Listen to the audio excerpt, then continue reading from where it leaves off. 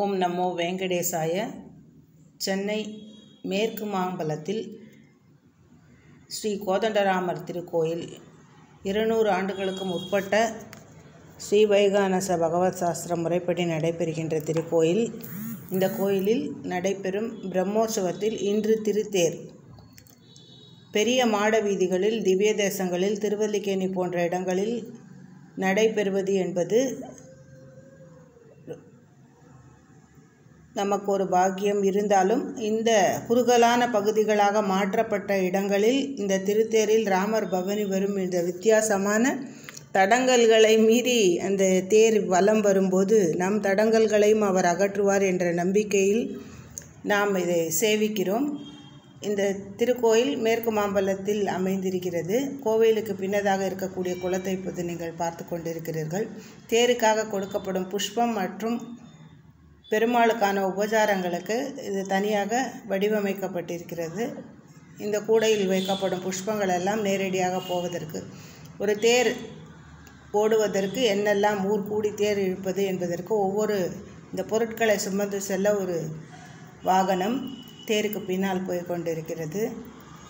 பின்னால் இருந்த அந்த தேரை இயக்கக்கூடிய மனித சக்திகள் வாத்தியங்கள் தர்ம கைங்கரியங்களாக மோர் விநியோகம் செய்து கொண்டிருக்கிறார்கள். இன்றும் அந்த பழங்காலத்து விதிமுறை போல் அனைத்தும் நடைபெற்று கொண்டிருப்பது இந்த திருக்கோயிலில். இந்த குறுகலான வீதிகளில் பல சங்கடங்களுக்கு இடையிலாக இந்த தேர் பவனி என்பது சிறப்பாக அமைந்திருக்கிறது என்றுதான் நாம் சொல்ல வேண்டும். இதை தரிசிக்க வேண்டும். இன்னும் பல உற்சவத்தின் நாட்களையும் தொடர்ந்து வரும் உற்சவங்களையும் தரிசிக்க வேண்டும். அங்கவஸ்திரங்கள் சிறப்பாக பிரார்த்தனையில் செய்து கொடுத்து கொண்டிருக்கிறார்கள்.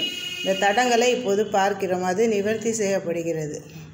மேலே அந்த தடங்கள் படுத்தும்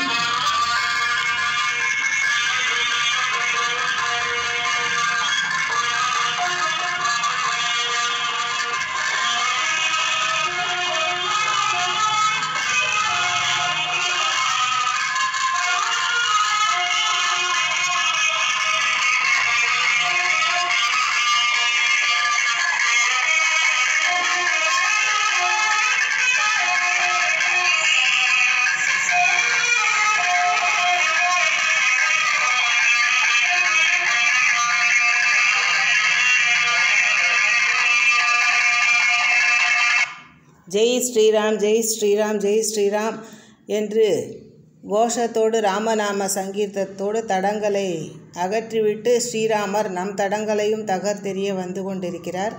இந்த மாதிரி சேவைகளை நாம் நேரடியாக சேவிக்க வேண்டும்.